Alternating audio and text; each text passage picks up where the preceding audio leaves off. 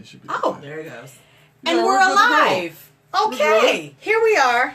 All right, it's live now. Hey y'all, this Hey is friends. everybody. It's They're exciting. coming in. They're gonna come in. They're gonna roll in. They happy to see our faces today. We got an extra person in here. Yes. But everyone, welcome to the couch. This is your boy Damion here. I got my girl Jackie over here on the other side. My left hand today. Well, right hand for you, but left hand for me. And in the center, we got our special guest host, Miss Tish Guerin. Cue clapping. Yes, absolutely. We're going to have the clapping once you hit the radio. Yeah, once it's on the radio, clapping. there's going to be a real sound Be effect. clapping Okay, and yeah, inject all clapping. that. Yeah, absolutely. So we definitely are pleased to have her in the building with us today on the couch. As you can see, I got two lovely ladies, so I'm actually in a good space today. I'm pretty happy about that. So we're just gonna kind of dive in. We're running a little bit behind, but that's okay because we're gonna give you what you need, and We're always a little behind, but right on time. We're always on time. We're always a little behind. You know how we do it, and they know how we do They it. know We're family. how we do. That's we're why they're a little here. bit black. We educated, but we're still black. So sometimes we may run a little bit behind with some technical difficulties and things like that. So as you can see, we kind of rearrange the couch a little bit to make it more feasible. The couch in the studio. It's always going to be the couch to me. I don't care. It's the couch in the studio. You can be right and I can be right at the same time. Yeah, we don't dialect. have to. Yeah. It's the couch in the studio. Thank you. See, Just smile at this them. is what you're in for We do today. this every week. This is what you're It's in normal. for, Tish. That's So, why they're here. so just get ready. I'm always playing devil's advocate. She's, a little bit type of thing, but It works. you'll get it. Okay, It works. It's okay. So, first and foremost, we wanted to try to get to know Miss Tish Guerin over here a little bit. So, for my family, because that's what I call my couch people, they're all Our couch. our family. And we have to correct that every week. Yes. I'm This possessive. is not a one-man show. I'm possessive, that's all. It's a we situation. It is a we situation. I became we when you signed up for this. It is me and team, though. So we want to find out from you who you are and what you do and why you are doing what you do. So tell us a little bit about what you're doing now in the field of mental health. Okay, so you want the background first? Sure. Okay, Sure. so I know about the childhood background and how when you were a little girl, you always picture yourself standing at a couch and somebody sitting on the couch, right? Yeah. Okay. I told you I watch your interviews. So I know about how you got the spark into the field and how you always wanted to do this, but tell us more. So I got the spark like early on, and honestly, I just didn't know what path I was really going to go down. So it was surprising to me. It's like I knew I wanted to do this as a kid, but I didn't know exactly what that took, what that meant. Education-wise, what that was going to look like. Right. Experience-wise, what that was going to look like. So I thought, boom, I went to college for a 4-year degree, and I'm going to be a psychiatrist. Like, when I was a kid, I was like, oh, okay, I'm done after 4 years. But then you get in and it's like, oh, that's a whole lot of school. Yes. 12 years. That's a lot. I don't think I'm meant for that, Jesus. I don't think that was what you called me to do. Right. So I had to reevaluate. So, went to Wisconsin State University. So big ups to HBCUs. So ran Pride all day. Chewbacca. We won't go to the rest. But and I got my bachelor in arts and psychology. Okay. Minor in sociology. Then when I graduated there, just tried to get a job, right? And my first job was at a place called Elon Homes for Children here in Charlotte. Oh, I'm familiar. Yeah. So that was my first job right out of college. Didn't know any better. I think I was making like $28,000. Oh yeah, that's how they start us out. Yeah, they do us wrong. They man. do mental health. therapists. They really mental health in therapists. general. We get half of what everyone else gets. People think talk about teachers and cops and therapists are a lot of the same way. You know what I mean? Right. So that's what I was doing, and I worked there, and I was working with children and adolescents, teenagers that had mental health diagnosis, but it was more like a group home setting. And then I got promoted to foster care. Actually, no, I went to like a day treatment. It wasn't a day treatment. Okay. It was like a group home, but in a building. All right, it was a facility. It was a facility, yes. Okay. So it was still in like PRTF. I was thinking, no, no, wasn't not PRTF. as Hold on, that's a little bit down the line. Yeah, I got that too. Okay, not as sophisticated. So not as sophisticated. So I was there for a couple of years and basically just did like, it was basically like children that were in foster care, but it was a group home. Okay. So I worked there for a couple of years. I liked the work, like but I didn't like the way I was treated at the organization. Right. And so that's kind of like what you learn when you really get into the field. You really start to learn like, oh, all agencies and organizations are not created equal. Right. Absolutely. Everyone is This not is what it's going. like. This is what it's. This is, they didn't tell me this in school. Everyone's not going to get paid on time. Yeah, everyone might not get paid on time. Let's air it all like, out. I pay my taxes. What is going on? So yeah, so it was like that kind of stuff. Because I went to college, I was working with a lot of people who didn't. In group home settings. So it was a lot of people that had been there for years and years and years and years, and they're feeling some type. Do I need to stop? Damion. No, you're fine. Because they're feeling some type of way because I come in with college educated and I would have all these ideas like, why don't we try this? Let's do this. Da, da, da. I'm innovative, and they're like, you just need to sit down. Yes. And they were like sabotaging my work, right? And it just got really, really like negative. And I was like, okay, I got to go somewhere else. So then this is still all within the same property. So I've had like two different jobs within the same property, just different sides of the building. Okay. And then I went into therapeutic foster care, and I was doing foster care, so I was doing case management. Okay. Of course. And so that was still like my second year. And while I was doing case management, I was also working at a PRTF. At the time, it was called the Keys of Carolina. Okay. Know about them too. Yeah, yes. Everybody know. They're not still around, are they? No, that building is there. Okay. Barely. That's another story. We'll get there. Right. Yeah, we can go there. So I was at the, I stayed there, for a little bit, just kind of working two jobs, trying to make ends meet, but getting a lot of good experience, Then I went to, oh God, ooh, I had a long career, Jesus. Then I went to substance abuse, so I worked at McLeod Center. And that was kind of like my promotion, Good old McLeod. Yeah, so I went to McLeod Center, and McLeod was, it was cool. I got the substance abuse experience. At that time, that's when, who was running for president? It was the McCain ticket. Okay. Was that McCain? Yep. Yeah. No. That's 2008. No, 2008. This was When Obama and McCain. Yeah. Yes, it was McCain. Obama McCain. So at that time, I hadn't really experienced racism. So this is real, right? I can be pretty much unfiltered here. Oh yeah. Okay. All right. Sure. All right. Yeah. Okay. Yeah. So I'm working there. I was doing intake assessments, and it was going good for about the first 30 days. And I'm typing along. I got my groove. I'm seeing clients. I'm feeling good. I'm hearing all these horrible stories, about what they're dealing with, and I was just like, wow, I think I could do this forever. Like, I literally said that to one of my coworkers. I remember that. And they were a little bit more seasoned in the game. They're like, girl, bye, I'm leaving next week. Yeah. And I was just like, no 2 weeks notice. Like, no 2 weeks. Like, they were ready to roll out. But, so I still, I just kept working. But then while I was there, I recognized that I started to try to move up, right? And this is when I realized, oh, I might be light-skinned, but it's like I never felt like I was treated like I was black. Yeah. You can say You know what I'm saying? Yeah. Like I didn't really feel like I was treated like that, at the time, where I was unaware. I don't know which one it was. Right. But then it was like I recognized like I was starting to try to like move up, get promotions, seek other opportunities for growth and advancement, both financially and career-wise within, the organization, within the company. And I kept getting blocked. I kept getting blackballed.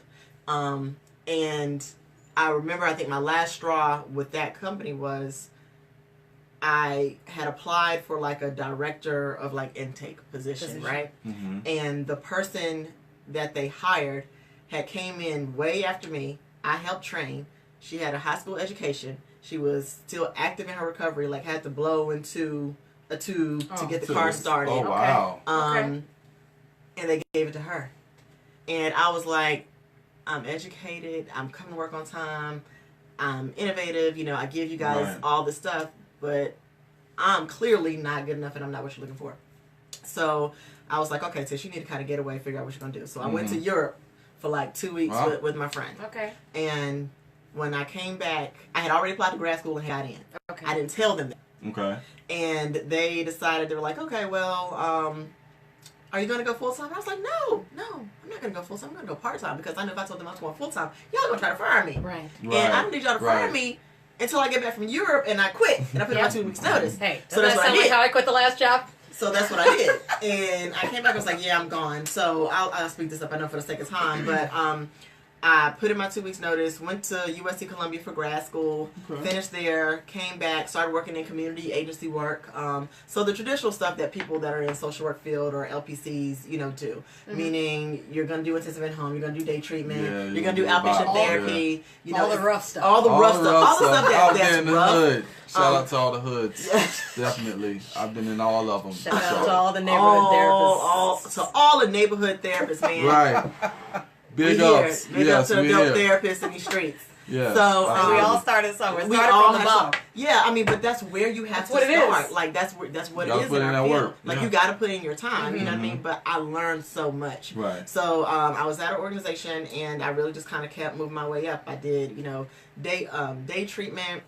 I did intensive in-home therapy, then outpatient therapy, then day treatment, then project management. Then I was the director of a region, and then I went to the MCO. I went to Cardinal Innovations, and I was the manager there for a little bit.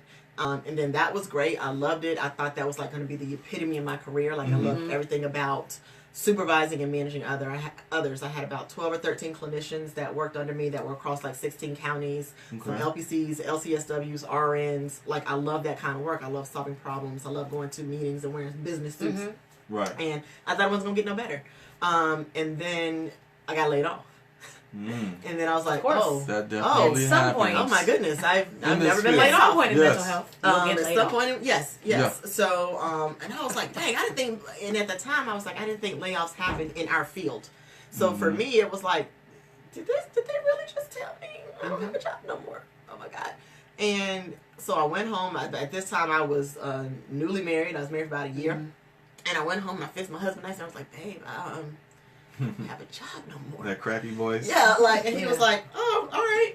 And for him, he was like, he was cool with it. But for me, I was like, I've never not worked. I have to have a job. Like, I've never not worked. So I'm at home, like, ready to build a whole new house because, I got something to do. And then I found out I was pregnant. So it was like the first time I've ever been laid off. And then, I found out I was pregnant. So I did, all of that, kind of try to find my footing. So that's when my business started. So I started in my private practice. And I found that a lot of people do their private practice really just out of necessity. Yes. A lot of people do it out of passion, don't get me wrong. But a lot of people do it, also out of necessity. It's like, you got to figure out another way. And so I was doing that for, while I still have my private practice. But I had to start looking at other ways to feed my soul, to make me, feel good. And I realized very quickly that at least in Charlotte, it's a lot of therapists here. Like it's a lot of social workers, a lot of LPCs. To the point I'm almost ready to say it's almost oversaturated. Yeah. To the point where a lot of the insurance panels don't accept. They're closed networks. They're closed networks. Yeah. EAPs, a lot of them are closing networks because there's so many here. Yeah. So I found it hard to really try to get another full-time job, but I did. I went to Atrium, and I worked there, for a while, and it was good work. I enjoyed it. I got a lot of, I can't really say experience, but I was doing things that I had did very early on in my career, and so that was like a struggle for me because I was like, man, this is cool. Back. I'm getting to, counsel, patients, which I loved. I loved the therapeutic aspect of it. Right. But I was like, I'm better than this, though. Yep. You know what I mean? Like, I was like, I have so much more to offer. And a lot of times, especially if you're a woman of color, if you're a millennial, if you're educated, it's hard. Because it's like, oh, she has so much ambition. It's almost looked at as like too much. Yeah. Like always. It's negative. You know what I mean? It's negative to have ambition. It's negative to want to do something else or feel like you can do something else. But needless to say, I kind of just kept drudging through. And then a mentor of mine kind of reached out. I had pitched this idea that I wanted to work with the Panthers one day, right? Okay. And I was just like, yeah, I really feel like based off of all these things, it was things I was seeing in the news, this is why I feel like it'll be, benefit. Just kind of just having a general conversation with him about it. Honestly, did not really think anything was going to come of it.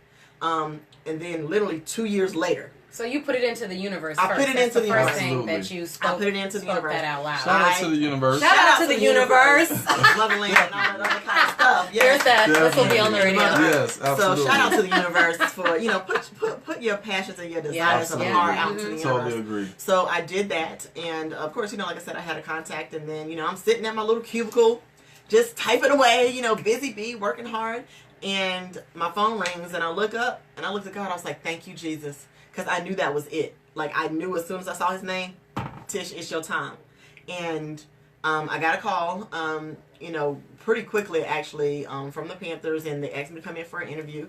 I did all that, and so now I'm the director of player wellness for the Panthers. It's the first time the NFL has had an in-house full-time mental health therapist. Awesome. So I was ecstatic, you know what I mean? Yeah. Like, and I had a couple of players that asked me, like, "Is this your dream job?" And I was like, "Well, really, I guess yes, but also any place where I get to talk to others, help people through life transitions is my dream job. This is what I wanted to do. Right. I didn't know it was going to be in this setting though, but I'm glad it is. So that's kind of what I'm doing now. So I know that was a long. Well, just the first 30 minutes, but we were 10 minutes late. Long. It was more like 18. But it's funny because when you really start thinking about how long you've been doing it. Yeah. And you don't realize it a lot of times. Like, dang, I've been doing this a long time. I think we all have real I'm stories. like 15 years in. Yeah, and when you think I was like, I know I ain't been doing this that long. I am since 2008 or 2009. No, 2008.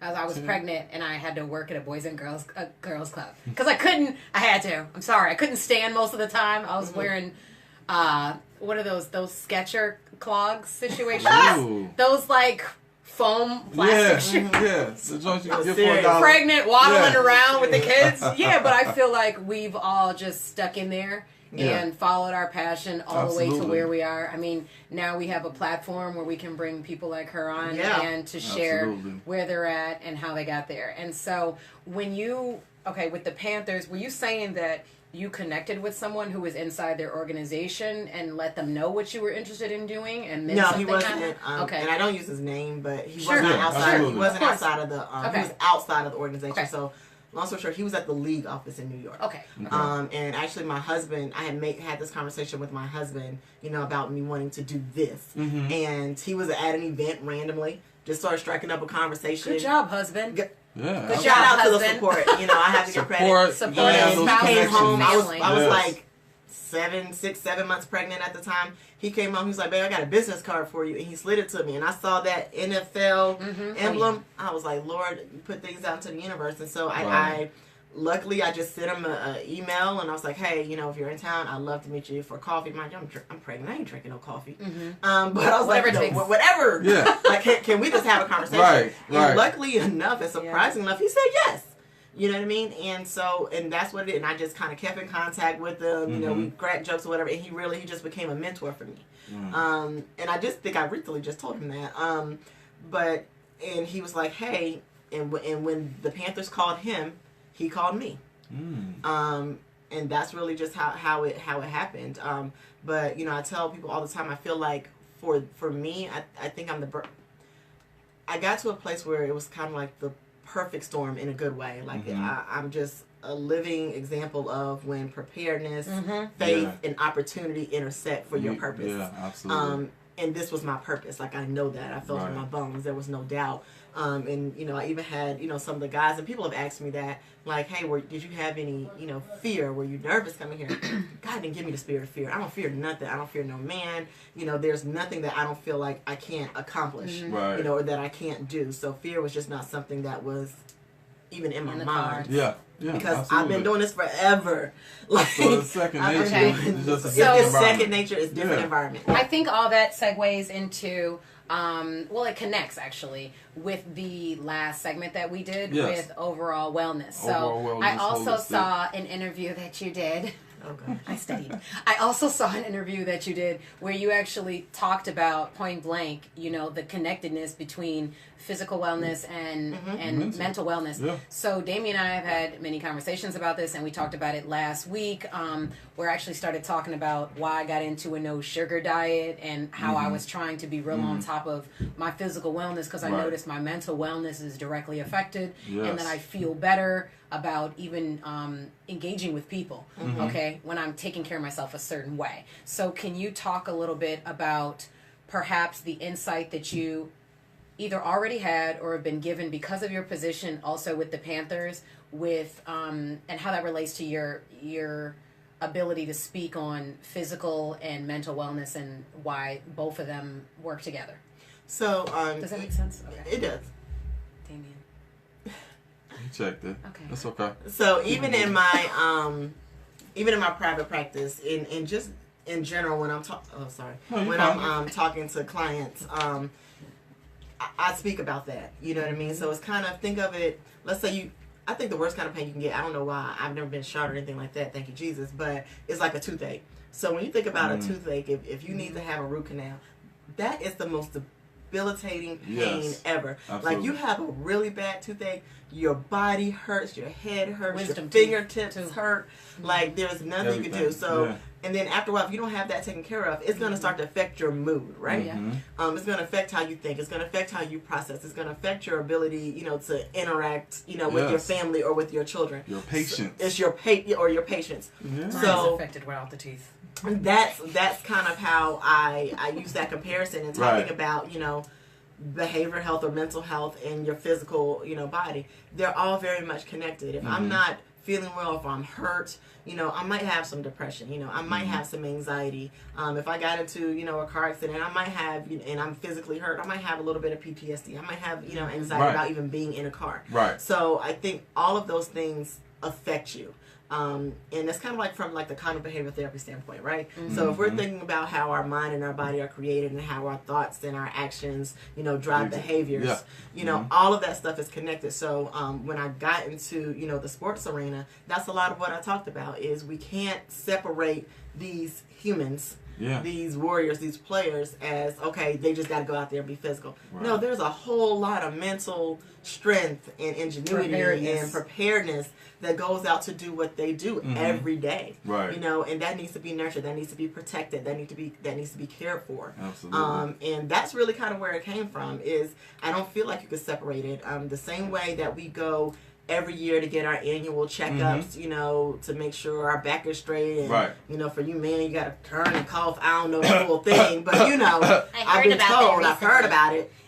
So, making sure that you, get to do all of that. Violation. Yeah, all that. So it's the same, I feel like it's the same thing, right? So why don't we look at our mental health in that way? Why don't we go and see a therapist every month? Just to check in, or at least quarterly. But it's not something that's a thing. Right. Okay. You know what I mean? Especially in the Black community.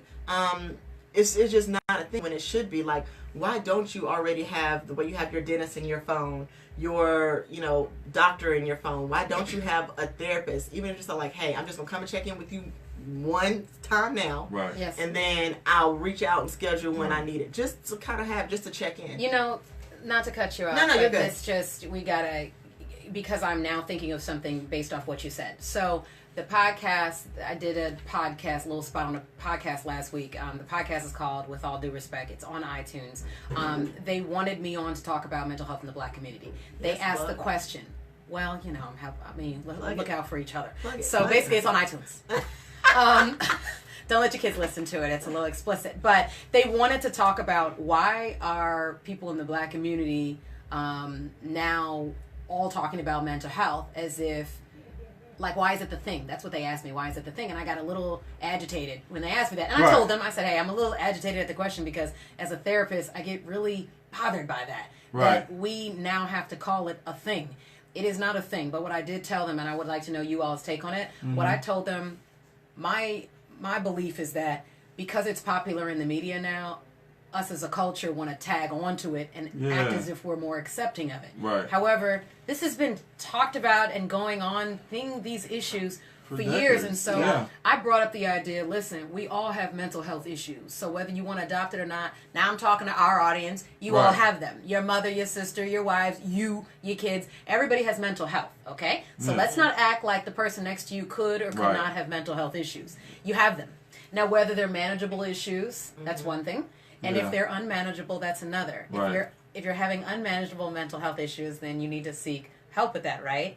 But if we put all of the stigma aside, there is no stigma. Yeah. We all are dealing with this. So why does it have to be that complicated? Why do we have to make it something? And I just spoke on the fact that, when Taraji was talking about her foundation and all that, that's wonderful. But why are people just now wanting to recognize that because of those reasons? Kids are killing themselves in school. They go off of recognition and people that they see in that light. Well, I think it's our community that does that. That they hold at a higher regard. So if you got like Taraji P. Henson, you got Charlamagne, you got Brandon Marshall. Charlamagne, he is also no expert, but yes, just being able to be vocal about it. I appreciate him and Dr. Jess. So you guys follow Dr. Jess. So I do appreciate them doing it live on what was it, MTV Beach, one of those. I think, which I thought was really cool. And I mean, honestly, I'm just glad he did it. I'm glad he was comfortable. It starts the conversation. Right. And I agree. This isn't new, but it is kind of new in the sense that people are becoming more vocal about it. That you see black people, like you see podcasts, you see shows that's literally geared towards just this. Right. Oh gosh, I just friended him, and my friend is trying to link us. But he opened. I could tell you. Hold on. Oh yeah, you said I can go on my phone. Let us know. Yeah, absolutely. You're not restricted in here. Yeah, he just opened up. Oh gosh, how do you say the people that you just got connected with? Oh, I don't know. Goodness, I don't know. Your friends list? Darian Hall. Okay. Darian Hall opened up a place called Hill House. Okay. In Brooklyn, Yes, I read that article. Yeah. So, he had just accepted my friend invitation. So, Darian, I'm coming for you. I'm gonna have to come to New York. But and he opened it for this reason, for black folks mainly, to come in to find about herbal teas and their benefits and smoothies. We talked about that too. And Reiki and yoga and all those all of those things. Yes, all that. All those things that for black people for a very long time it was taboo. It was taboo. Ooh, what you mean we don't tea? Need that. Where's the I'm not gonna say where's liquor, but it's we do coffee and we do we do liquor. We do liquor too. And those kind of things. Right. Not trying to stereotype our folks, but something it is what it is. It is what it is. So it was very new, kind of like this is a little bit off topic, but kind of like when y'all remember the show Girlfriends? Yeah. Mm-hmm. Okay, now you remember in that time, what was that, early, mid-90s? Late 90s, early 2000s. Yeah. But at that time, it was still, oh my gosh, black people that are educated, have law degrees, do yoga, and eat sushi. Mm-hmm. Like that, you didn't see black folks really in that type of light. Yeah. So I think now when you're talking about, healing touches and mindfulness and meditation, you have black folks that are pushing the envelope, like these two lovely hosts that are saying, shameless plug. We'll take it. Hello, everyone. That are saying, hey, it's okay to come and sit on the couch. Right. Yeah. Oh, yeah. It's okay to, to tag a therapist and say, and talk to your friends in the barbershop. I go to Damion too. Is he your therapist? It's okay. It's okay not. It's okay to not be okay, and we have to continue to have that conversation. So I'm glad that it's being done, and I probably would have said something too, it's not a thing. It's not what's hot right now. It's always been hot, but it is something that we're just now starting to talk about. And the crazy thing is although we have all of these resources and all these platforms, you would think that the stigma would be reduced. Yeah. Due to social media, due to celebrities and, everything else, like the couch, promoting mental health wellness. We still somehow have this disconnect in regards to just mental health. Just saying mental health is kind of like you still get a little shiver, every time someone says mental health, outside of people that are actually in the field. But just general population, they're still feeling like it's like a dark shadow, like it's there, like we're not gonna get rid of it, but they try to not acknowledge it as much, or it's easy to say, well, I'm depressed, or I have anxiety, or I've been diagnosed with bipolar. It's twofold. Either they don't address it at all, or they go gung ho and diagnose themselves and, well, I got this and I got this and this is why I act this way. Okay, the Facebook therapist. So I talked about that too on the podcast. That really irritates me. But I talked about the community's usage of the word bipolar. And the fact that black people always want to diagnose somebody with bipolar disorder. Your neighbor ain't bipolar. Your mama ain't bipolar. Some of your mamas may might be. But you know what I mean. Yeah, like come on. It's funny. Like I just did a speaking engagement to the Botillion brothers of the Alpha chapter here in Charlotte on Sunday. Okay. All right. And one of the things, shout out to the Alphas. Shout out. I'm not Greek, but shout out to y'all. But and one of the things that I talked about, to those young men was the use of the word. I just use for as an example, diagnosis of bipolar. Right. Like it gets thrown around so loosely. Yeah. Like It's this weather is so bipolar. Charlotte's weather is The so weather don't bipolar. know what it want to do. Like, oh my gosh, like we, so we have to, take charge of that word. Like, no, that word has power. That diagnosis means something to someone. Right. So we don't want to just start throwing it around all loose. That could. So look, on the heels of depression and bipolar disorder, okay, I mean, honestly, these are just things, Damion, and feel free to jump in, but I'm just segueing into another question. So, for the black community, for your friends, for the Panthers players who are walking by your office and you're trying to observe behaviors, right? You're aware. Yeah. You're aware of them. You're aware of yourself and where you kind of want to go with. How do I tap into them? Let Damion help you. Yeah, like I can't do that Because the people just see your head kind of moving around. And my bad. She's trying to set up her phone. Okay. Yeah, So anyway, for those watching, but for those listening, I want to know. You smart. You sure is smart. You is smart. You is useful. You was handsome. You was all of that. Okay, I'm sorry. Okay, so let's just say they're players or staff, whatever, walking past you, and they don't have a scheduled appointment. What do you pick up from them physically that would make you ask them or inquire about their wellness? So, yeah. Great question. Okay. So because I am full-time in-house, we have, the ability, I have the ability for them just to, it's not even an appointment necessary. Like I'm here. Right. Like, what do you need? Come through and, I'm there for everyone in the organization, and that wasn't put in my job description necessarily, but I've made myself available, and because if I'm truly here to help, here to support, here to guide, here to educate, then I'm here. Like I'm not gonna deter you or turn you away. Right. So there are some people where it's like if they just have a question, something's going on, or like, hey Tish, how do I find a therapist? How do I get connected? Then they'll just say, hey Tish, can I holler at you for a minute? Or they'll pull me, or they'll hop on the elevator with me real quick, or they'll set up an appointment, however they need to do. But if there's times where I see somebody and it's like I know there might have been some things going on, I'll ask them like, hey, how you doing? You take care of yourself, I'm just here if you need to talk. And that's just a segue. So you guys know, like I know, part of being a therapist is really the rapport building. Yes. And rapport building can go like up and down. You know what I mean? It could be, just something that you have, just a couple 2 weeks, depending on, the person, or it's something where they might start feeling some type of way about you midway, but then they come back because they realize you made sense. So now you got to start to build that rapport all over again, right? Right. So it really just kind of like depends. But, for everyone in the organization, they're open, and I'm blessed and fortunate in that sense where it's like, if they need help, they know how to ask for it. They know how to ask for it. Because that's what I was going to ask you next. Yeah. So my question is, and I guess it's related, generally for football and just sports in general, with like the increase of like concussions, head injuries, things like that, and injuries just in general is going to happen. I used to play ball as well. Oh really? Shameless plug. Okay. Cut it out. People know. We on Facebook Live too, y'all. People know.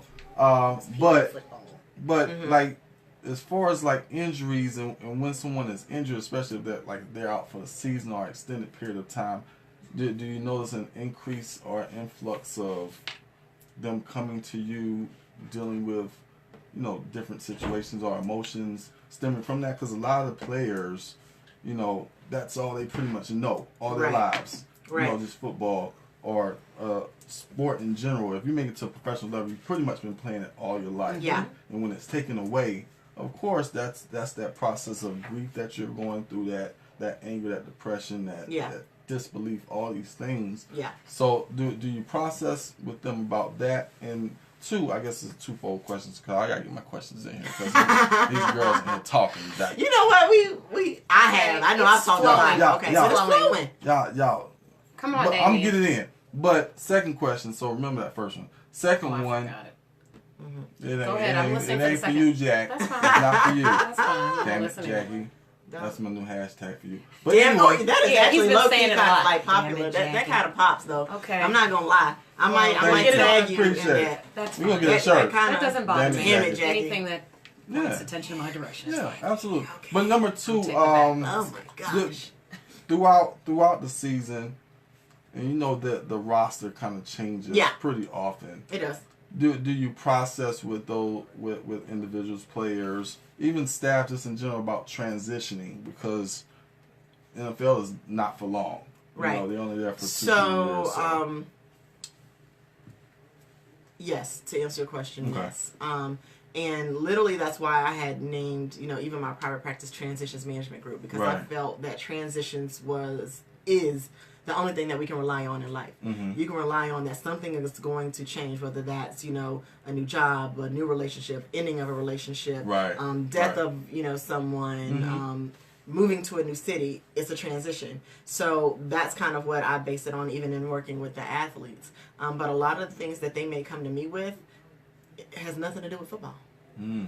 It's life. Which is good. It's life. Yes, you know what I mean? absolutely. It's a lot of times it's just life. They have that people it's- pulling on them, and Yeah, it's just like, yo, this is what's going on. Yeah. All kind of dependencies. yeah. It's various different topics, various things. And then there are some, I've talked to, and it is about what's going on in the field. Mm-hmm. But a lot of times it's just like, this is what's happening. This is how it's affecting me, right? Mhm. And that I say that with, a lot of my clients. It's how do I get through what I'm going on right here and now? Right. And how do I, push forward? How do Mhm. I make effective change? How do I, start to close off ties Yeah. that, I Yeah. might need to Absolutely. for things and relationships that are, unhealthy.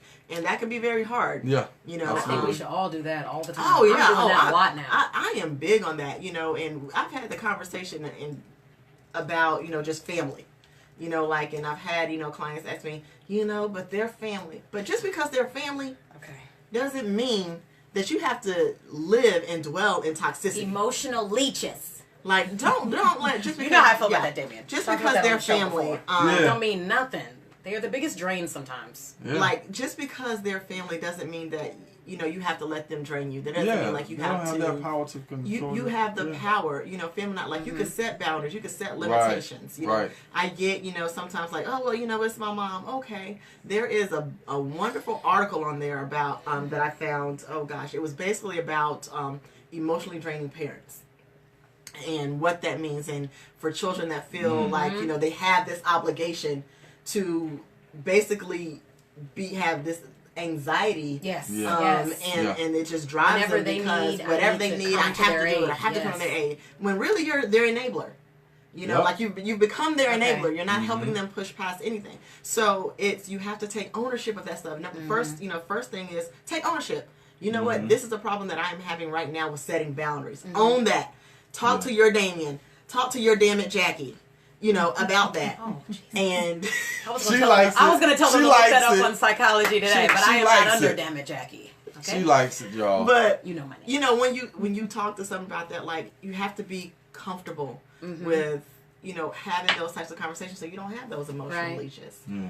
We could do a whole show on that. I You have might strong need to. feelings. No, I have strong feelings about that. But it's this, but it's that, but it's Yeah. my dad, but my mom's there for me, but I live with my mom. I mean, put them on a shelf. That's what I tell my clients. Yeah. You need to be comfortable Yeah. with putting anyone in your life on a shelf who is feeding you something that's not good for you. Yeah. Right. That's it. And you Yeah, can pull them man, you off the gotta shelf go. when you're ready. Yeah. They gotta go. But, Yeah. just like you put something on the shelf literally in your kitchen when you don't need it. Mm-hmm. That's what you need to do, and then you Yeah. need to pull it down when you're ready to take it back. It's still Yeah. there. Yeah. Ain't going It's nowhere. still there. It's not Yeah. going anywhere. It'll be there. Put It'll your be mom With a little bit of dust on it, but put your it'll still be mama there. on a shelf. I know. You need to put your mom on the shelf. Sounds good on But the sometimes it's the Yeah. only way, when we're talking about mental wellness, right? Right. And mental health, sometimes that's the only way. Mm-hmm. Is you gotta say, you know what? I love you, but I can't. Like, Right. I don't Right. have it. I can't do it anymore. And Right. you have to be okay with walking away to that degree. I'm not saying abandon them. I'm not saying throw it Yeah, to the curb and absolutely. block their numbers. But it might be, if you're a parent or you have a person in your life that's, oh, I got to talk to you now. Like, everything is Oh, no, super no, no. urgent Yeah. Everything's a for crisis. them. Everything, Crisis intervention. Yeah. Everything's a crisis intervention. You know what I mean? Like, at some point, that's going to take its emotional toll on Right. you. So you have to be comfortable saying, you know what? I reserve time for you every Thursday between the time of 3 o'clock and 3:30. Tell your mother to make If it's not that time, I'm sorry. I could not be. I a message can't be at the sound of the beat. Leave that message. Leave that message. But I think you have to set those boundaries. Absolutely. Yeah. And I think it's important. And I think I kind of have transitioned a little bit in my terminology to mental hygiene. Oh. Yeah. Just like you have your physical hygiene, you know. You Hashtag mental hygiene. Yes. Okay, I got one for you. You heard it here. I transitioned into mental wealth. Mental wealth. Wait, let me think of one. It's a lot of pressure. It's actually, check my highlights. Damn. Mental wealth is a highlight. Yes. I'll just leave that. Yeah. So I kind like of that. Mental That's enough, hygiene. yeah. So just maintaining your hygiene. That's Yes. taking your showers, but also doing some meditation every day Well, or for some something. people, that's prayer every Yeah. morning, devotion. Whatever that is, every day do your hygiene, physically Also, and your mentally. Fab Five. We talked about one of our shows, Fab Five of friends. Yes. Who are in tune to your behaviors, your habits, and wellness, knowing whether or not they need to check on you. Yeah. Yes. And they'll know if they're your true friends. They'll know when you off the rock. Oh yes. A segue. So Tish, all right. So we want to know, how do you check on your friends? Now, this is a general question, but you need to also look at the friends that seem like they don't want to be checked on, or the friends that don't want to tell you what's really going on. Yeah. How do you manage in your day-to-day personal relationships, not your job? Okay, set that aside, because people are often asking me, I don't know if they ask you all, I'm sure people ask you all, how do you differentiate with your relationships and your job and like all of that, whether it's All a the husband or friends, Yeah. okay? So I would like to know how you check on people in your life who seem resistant to wanting to be checked on. And then Damion, you too, I want you to answer. Well, for me personally, I don't think I have anyone like that's resistant. But you know you're kind of forceful, like you're kind of direct. No, I'm not. Well, I like it, but No, not in those types of relationships. So like not with like my friendships. Like if we're friends and just people you don't know like me. Yeah, I don't really know you like that. So I mean, I can do that. I might never see you again in life. So I can only just say that way with me. Don't I can worry. just say it. But for people that I've like, that I have a relationship with, I for me personally, I haven't really had to like force a checkup on them. But we have made it, and even in my Fab Wives group, shout out to the Fab Wives. Yeah, Shameless sure. plug. That was a shameless plug, but I'm gonna plug them. That's your podcast, right? Yeah, Okay, we have a podcast called Fab Wives. I'm 1/4 of the podcast. Big ups to the executive director, Rhea Plummer. Everybody knows plumbers. Plumbers, so Rhea does that, but in that podcast is about being a wife and motherhood and balancing it all and recognize you can't balance everything, and we just have those types of conversations. But in those discussions, we've learned and we talk about how we're able to go and check on people. Okay. You know what I mean? So it's like, hey, I haven't seen sis in a while. I haven't really heard from her. Hey, girl, how you doing? Do you need to cry? You need to laugh? What's going on? You got a new job? You lost one? Like, what's happening? And it's just literally just reaching out to say what's going on in your life, And I think we have to be cognizant of that, especially, for men. Like, no one is immune to say, hey, how are you doing? Do you need anything? Is there something I can help you with? And I've even had, friends and, people that I, consider acquaintances, but, it's like we're cool. But to say, hey, Tish, thanks for checking. Can you connect me with the therapist? You know what? I sure can. will. Right. I know a lot of them. Like, what area code you need? Like, Right. I got you. I got you. Do Skype sessions. I got you. Look, telehealth therapy. We got it. I got everything Got you it need, all. right? We got it all. So that's what it was. That's what it's about. Right. But it's just making sure you extend the invitation, and you just that they let you know. Now, mind you, to your point, Jackie, they may not even respond. Yeah. Right? They may not even respond. And I actually had a family member for a very long period of time. She did not respond. She lost the death of a parent. So she was just like MIA. And I could not understand it. I started to take it personally. And then I was like, you know what? I'm going to let her be. People have the right not to respond. They have the right not to respond. But it was like a long time. Okay. And so I was just like, okay, I'm just going to keep sending out these little texts here and there. Yeah. One day, Just checking in. she'll respond. You got everything you need. You need anyone. You need anything, and she might respond, but it might be like 2 months later. I'm or, trying you know, to deal something like with that. not being emotionally affected by people not responding to my check-ins. They will say something, right? Right. Like, you know what I mean? Not responding the way I think they should be responding, Right. which is, I'm okay and things are a little difficult right now, or I don't know, but I think it's my training as a therapist that has me so expressive, and I learn from people around me. They say, you know, I really wasn't talking about my emotions as much until we started engaging all the time, even my relationships, my, you know, what do you call it? What kind of romantic relationships, whatever. Usually the man will say, I wasn't as in tune with talking about my emotions, right? Now, I do want to know, Damion, from your standpoint as a man, how you check in, but, you know, I wanted to talk to her point first with that I have a friend who is very strong, right? And I know that she's so strong when you check on her too much, she's kind of like, I got it. You know, even you know what I mean. But I still want to be like, you still want to check on that strong friend. But check on your strong friends, man. Check on that strong so friend. she'll say that, but you know what? After 3 or 4 months recently of her saying, I got it. She was going through something very difficult with her family, and she had told me after that was over, okay, I'm ready to go out now. She called me, and she hadn't been out. She used to go out every Friday, so she hadn't been out in months, and so she called me one day. What you doing tonight? And I said, you back? And she was like, I'm back. And I said, well, let's go out. I mean, it was exciting. Right. And then when we went, Right. she said, you don't understand what it meant that you kept checking. And even though I pushed you aside, I needed you to keep on me. Yeah. And now I look at it a little bit different. Yeah, but I want to know the man perspective. But definitely from a guy's perspective, I think me becoming a therapist opened up that avenue to allow my friends to be more expressive. Okay. Initially, it's like, no, what up? Nothing. Yeah. You good? Yeah, I'm straight. I'm dealing with something. I'm straight. It's all good. Let's go do something.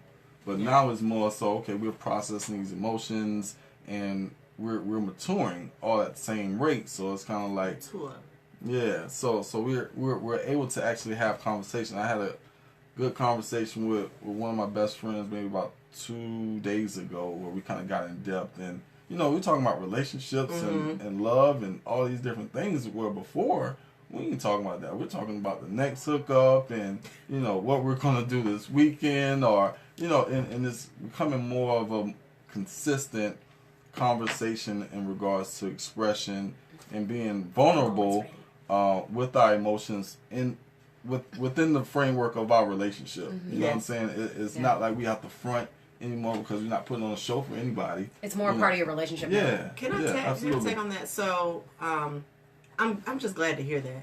And I think, you know, is exactly what you said, because you've matured, you know, whereas like before you would have, you know, really a lot of the superficial conversations. Absolutely. And I say this because I've seen it with my my husband. All of us. Absolutely. And you know, it would just be a lot of the superficial stuff, you know.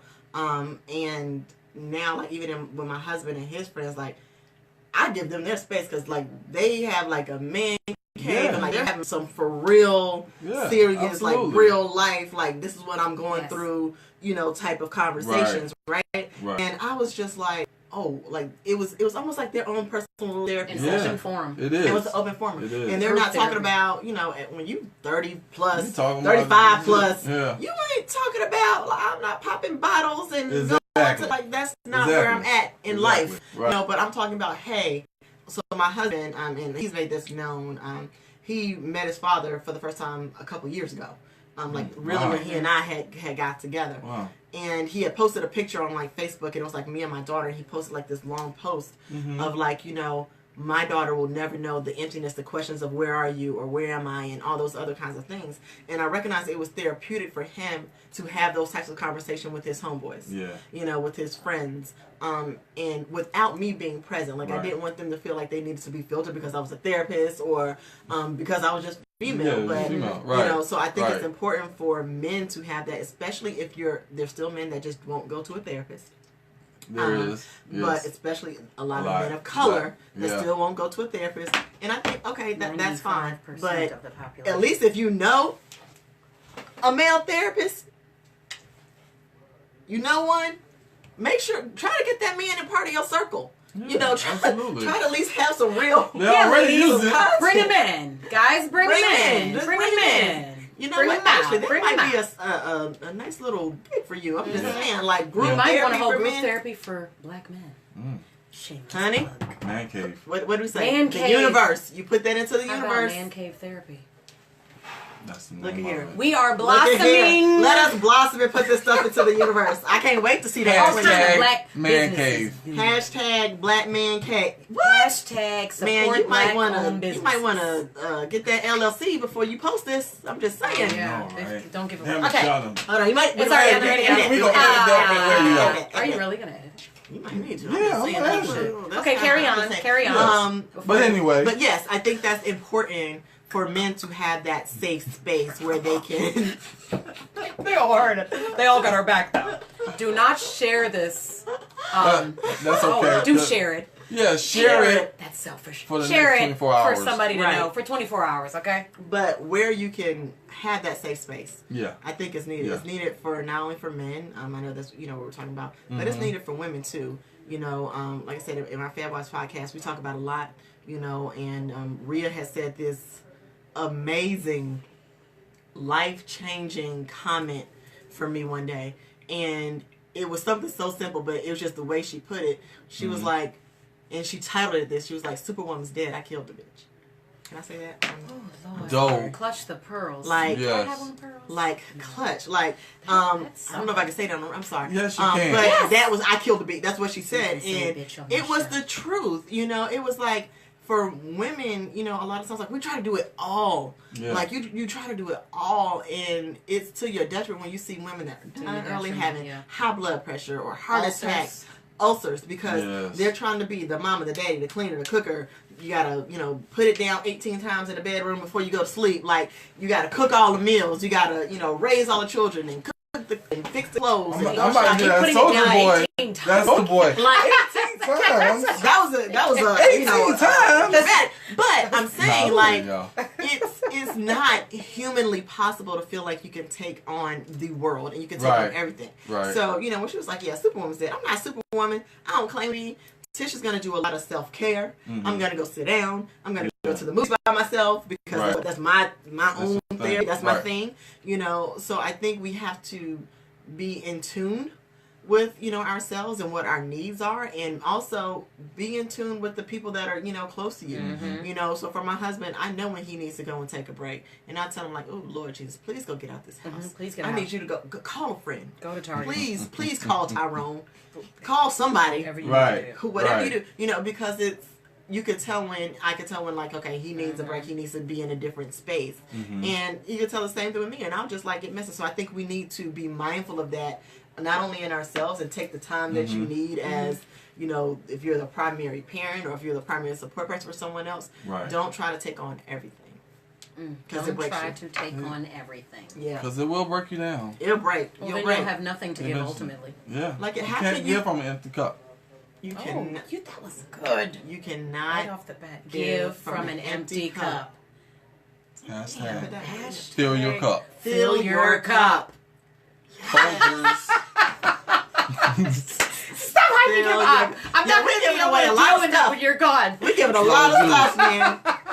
We're giving away a lot We of stuff, need more man. paraphernalia. We gotta keep Yes. this. Keep Look. it every shameless. Look, we you have all write this paraphernalia down. on Yeah, www.thecouch704.com. You can purchase t-shirts, Damion, sweatshirts, Yes. long sleeve shirts. What else? Tank tops, sports bras, Dope drawers. therapist Okay. coming near you. Yes. Okay, all then we that. have dope therapist Shout out to t-shirts. Are you Jasmine. really going to sell those? Because I want one. Can you just sell them to a handful so only a handful of us can be known as... Yes. Because We everybody asked is not a dope listen, therapist. I asked for Everybody's not a selfish dope things, but therapist. these are real questions. Can you I might be able to make can that you work. make a few Yeah. Like some and exclusive. then stop I'm doing making that. them? Yeah. I can make the How am I going to tell exclusives. somebody else how to run this? Can you only make 5? And then see what you do. do Okay. something do else. them like Jordans. Okay. Just Produce push something them out there. There's special only a couple of edition, them. and Yeah. then make the other ones different color and different font. Tie dye. You can do whatever you want, but that's what I want you to do. Dope. So anyway, okay, Damion. All right, we're 5 after 7. We did good today. We did Yes, good today. this was Oh, a this was a good awesome- conversation. I talked Yes, about my bad. absolutely. Are you going to come back? I will come Because back. we like to have people come back, even though none of them have come back. We like to have you come back, but none of them It come is back. not that. I saw Dr. Jasper today. He made a comment to me talking about how we haven't had him back. I said, what about next week? He said, I'm out of town. I said, okay, that's why we haven't had See you what I'm back. Dr. Jasper, if you're watching, you haven't been back because you don't have time. Tish, can you come back in, I guess in the scope of you being available with the 50 engagements that you're committed to for the next few months. Yeah, I will come back. I will definitely come back. Okay, we want you to come back. Y'all heard it here first. When I'm going to come back, I don't know, but I'll be back. She's going to come back. That's what my daughter say. I'll be back. All right, so maybe sometime in the spring or summer. Yeah, we'll make it happen. We'll toss out. She's good with dates, so we need to toss out dates, and she'll be back. All right, cool. We'll make it happen. Okay. Pencil that in. Well, thank you for coming. Can you tell people where to find you? Are you doing private practice outside of the Panthers? Are you available? No, not. Tish is not available. Actually, no, I won't say that. For couples therapy, yes. I will say yes. For individual, on occasion. So where you can find me, Psychology Today, of course, Tish Guerin at Psychology Today. On IG, I am t.guerin, T-DOTGUERIN, and on Twitter, Guerin Tish, on Twitter. Do you have time to manage all of these social networking handles? Go check my handle. You'll see how much because action I've got. Sometimes I wonder if I have the right phone number when I send you text messages because you probably don't. Okay, check it now so we can air it on the radio. Is that no? You got the numbers wrong. I have the numbers wrong. I was not offended when she was not responding to my text messages. I didn't say anything to you, did I? Did I say anything to you? No, but if you see all of the green, she texts me a lot, and I ain't responding at all. I text her about, first off, hold on. Okay, about 5 times. I'm very much team iPhone. Damion, and she got green bubbles. So you was texting a Samsung Galaxy. We have a friend in common that is probably watching, that will be watching, that sent me off completely. I have words for you when we're done. We told you that. You know who you are. Okay, a light-skinned friend of ours. I'm sorry. She knows who she is. My number at all. Like one digit is wrong. Okay, but it's cool. But yes, to answer your question, no. I'm not gonna say I'm new to trying to be more social media conscious, right? To me, it seems like a lot of work, to really stay. Look, Damion looks so tired. Well, 2 of us are managing the social media, so that's like good. It just seems. I was like in my mind, I was like, Lord Jesus, can I just get? I might need to just get an intern just to do this stuff for me, because it's not like I can give you the content, but for me to be sitting down there editing, responding, I'm not there yet. And I'm actually this week will be actually making my IG public. Okay, so you're going to reconfigure it? Yeah, it's already, I've kind of already done like the highlight icons. I cleaned it up and, making sure. So that for me no clue what you're talking about right now. I'm sure. Well, so usually for me, that's big like time people, excuse me, Tish, who are in public eye a lot. I haven't made it there yet. But so that's people why that are. I don't think y'all quite realize it yet, but y'all are there. I don't think y'all realize it yet. Do we need PR people yet? Y'all not far off. Well, people are stopping me at Sports One. Shameless plug, all black bar, basically, but white people frequent it whenever they feel courageous. But basically, they walk in there alone. So let's call it what it is. No, they do. Come on, they walk in there alone. Let's air it out. So basically, I forgot my whole point because that was so funny. That was funny. I laid that in there smooth. But anyway, you're saying. I'm saying it's like it's hard to go to like really be public. You know what I mean? Okay. Like me being private, I have control over what people see. I have control over who's sending me information or messaging me and stuff like that. So to me, to go public is like it's a little bit scary. You know what I'm saying? And honestly, the vast majority of people are not going to be mean or doing anything crazy. I recognize like everyone else that you're gonna get a chunk of the beauty supply people that selling bundles and make quick cash with these bands. Please stop sending me bundles. Oh my god! It's like I low key just don't want to deal with that. If there's no real name on your Instagram handle and it's only numbers and capital and lowercase letters, please stop. What is that about? I guess I'm not sure. And it's like I'm not that big social media person. You know what I'm saying? And I had to tell my husband this because he's like, "Hey, you always on there?" No, I scroll between like doing other things, but I'm not on there like literally putting out content and interacting. Like I scroll and I keep it moving. Right. So like I'll drop a gem on social media and then I don't check it for another week, and that's just what it is. And I know I have to get better at that. Yeah. So y'all pray for me. I thought that's what she was doing with text messages before I realized I had the wrong. Pull up that green. I gotta show people that. Believe I deleted it to keep from hurting my own feelings. Look at it. First off, look at all that ring. You thought I was just ignoring you. I was not. Yeah, I was not ignoring her. But I First of all, take it those personal. were green bubbles. Yeah, So I you didn't were take it personal. I was like, oh, Jesus. She So responds to email. so that's the difference. Like, if But it's I texted green, you. Yeah. that means it's I don't that's know a what happened there. I don't know non-iPhone how I person. did that. But I would like the real number before you You leave. have it because I would like to put you on the spot in front of our viewers. We texted. That's why I'm like. Here, you need to put it in there. I'm just gonna change the number that you had wrong. Okay. I think. Oh yeah. Do you need to What go is to? this? See, that's the iPhone. I- That's the Why your iPhones. button I got don't pushed? know. But I got offended and deleted it. Can you just start over? But anyway, We'll get it. so we're gonna go ahead and close out this particular session right here on the couch. We definitely like to appreciate, we appreciate, and we would like to thank Miss Tish Guerin for showing up Thank here and you. showing out. She's doing it. Why do you Yes. always move Damion Hey. this way? If I can get a plug, since I'm a 49ers fan, I would love to be out west. You know what I'm saying? If their team starts looking and you yeah, find out about it, yeah, Damion would like to be. Yeah, absolutely. Okay, out so there. let me go ahead and tell you this. And this is like nothing towards me or anything like that, but just honestly, I get about, and I was telling. Oh, many inquiries. Yeah, I was. That's just Tell a me thought this. because I'm a 49ers fan. No. So So I get about a dozen or so requests Right. and inquiries like every week. No, but seriously, like there are a lot of therapists. So the furthest person that has actually contacted me and asked me like how to do it basically was in Canada. Wow. Right? And a lot of people have contacted me on the West Coast. You know, I guess they saw like the NPR article or interview or whatever. Do they think you can put them in positions of employment? And some actually do. Okay. And honestly, you know what? Like I said, I'm never mad at anybody taking a shot. Take your shot. Yeah. You don't know till you know. You know what I mean? So, but to your point, there are so many people now that are really looking at it because it's been highlighted. Yeah. You know, my position has been highlighted. Yeah. There are so many people that are like trying to figure out how they can get on to like league teams. So, you know, I'll tell you like it's coming. I feel like it's coming. Right. And I know a lot of teams are getting like requests and inquiries.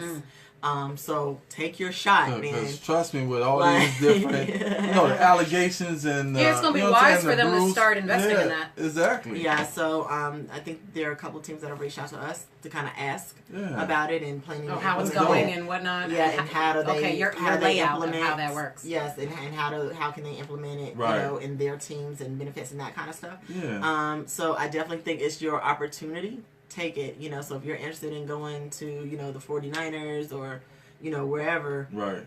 reach out. I don't have no contacts over there, but but still reach out and see if you can make that happen. Right. Also, put it in the universe. I want to Put make that on the universe. that happen because It's I'm dirty right now. I don't care what it is. It's I dirty. cannot focus on the 49ers. I'm focused on that. Thank Shout you. out to the Fab Shout out Wives. to the ring. Shout Shout out out to to the Fab hubby Wives. for coming through with the job and the ring. He did. He did a lot. I don't even He know came him. through. Damien, Yeah, I'm not yeah, into yeah. this conversation. Yeah, It's okay. you know what, man. It's Shout out just, to him. Go ahead. You were going to say something. We're done. We're closing. Yes. Did I I thought thought we tell did you? I close. thought that y'all was together. I thought there was like a. Oh, don't say that on the air. Well, They're we're not. together. They're not. But when they first, I thought and I saw it, I was like, oh, they're cute. We couple. argue and make up so well that I was like, I I'm couple on the couch. because we were arguing all the time. Like We it's a argue couple a on the lot. couch. we are But- not. But I was quickly clarified that was not the case whatsoever. Thank you. Thank you. You'll make our partners very And to happy. our partners, Yes. we care for you. We think about you. We're thinking about you now.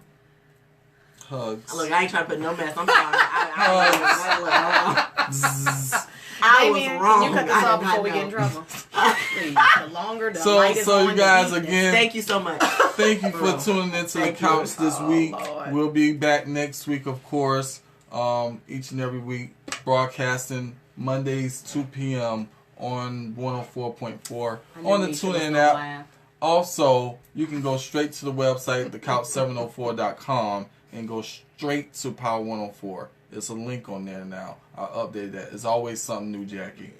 Mondays at 2 p.m. Mondays at 2. Yes. Damien talks in the camera with his hand. Y'all gotta send me that because I'll. Okay, we'll do that. I'll send you Absolutely. the TuneIn app so you can listen to us in the Yeah. car, Yeah, in your you- office. Yes, tune in app. Yes. All right. Yes. I'm down. So, Any final words? I think we've said a lot of. We've said a lot of final words. Yes, hashtags, sayings, a jokes. lot of hashtags. What was all those, man? We gotta write those down. A lot of jewels. You know what I was definitely. saying, since we still rolling? What I was saying, let me go back to my, now I remember, what I was saying about Sports One is, and we were talking about PR. Okay, we were talking about PR. Damn it, so I said, are we, okay, we're here. They could be a sponsor. You're fine. Yeah. I was saying about that I am recognized somewhat at the bar. I don't know if that's a good thing or a bad I think thing. it's okay. I think it's okay. recognized So basically, I'm at the bar with my friends just Like, sitting, right? Okay, hold on. Let me week, finish my thought. My row of friends. No. And somebody, I get so excited about the fans that I buy them a drink. Oh, you want fan? Yeah, go ahead, and because it's exciting. So when they're like, what? I told Damion. I told you. This dude was like, "You having fun on the couch?" And I was like, "Oh, you watched this show?" And he was like, "Yeah, I watched." I was like, "Oh God, like, you watch from me or Damion?" He's like, "Well, I know Damion, but I watch, but yeah, okay, yeah." But I've gotten that a few times in several weeks, and so. But honestly, I don't know if I should be trying to look at my social media stuff and I mean, I don't know. I think social media is it's a tool. Yeah. You know, like it's a very, very powerful tool if you can use it. I definitely don't misuse it. Yeah, and you know, I look at people that, you know, some ones that I follow locally, and you know, they have very like thousands and thousands of followers and stuff like that, and they have a lot of content. Like they're literally putting out a couple of things like every couple of hours. Yeah. And I'm just like, how do you do that with 3 and 5? Like all these mommy bloggers, I feel like, how? Oh yeah. Like, how do you follow and keep up with all of this? Plus respond, like they're responding in the comments. I know it's them, and you still got 4 and 5 kids, and you know your husband's, you know, traveling, and you cook meals, and all of them got on clothes, and they socks match. Like how do you do it? Right. Like, and so I haven't found that balance yet, but I think if you can plug it, social media would be great. Okay, well it's working pretty good. We plug for the couch. Y'all recognize in the street. Well, we're glad. This is a good reason to be recognized. It is. This is an amazing reason. It's a good to be recognized. Platform to encourage. Yeah, right. totally. Absolutely. Okay, that's your segue into the exit. Yeah. Go ahead, Damion. So again, guys, we're wrapping this up. We're going to leave out. If you're listening on Monday, this is where you cue the music. This is when I'm cueing the music. The Can We Talk? Tevin Campbell. Shout out Tevin Campbell. Shout out to Tevin Campbell. We don't know where you are, but we know you're out there. You've been gone a long time, but we miss you. I hope you have sought therapy with all going on in the media. This is what we do at the end of every episode. Using we you just all start as the melody acting crazy behind my talk. I had a little bit of that. I was reaching out to Tevin. Just a little bit. Yeah, I was reaching out to him. I can't harmonize. Well, there's no melody. It sounded pretty good, guys. Okay. Well, We're done. again, we're out, you guys. Again, thank you guys there's for no having me. special out. What do you call it? Outro. None of that stuff. We just need Damion to push the just button. The couch 704. Like I'm about to hang up just like I do on the phone. You already told them where to find us. I don't say bye. Okay.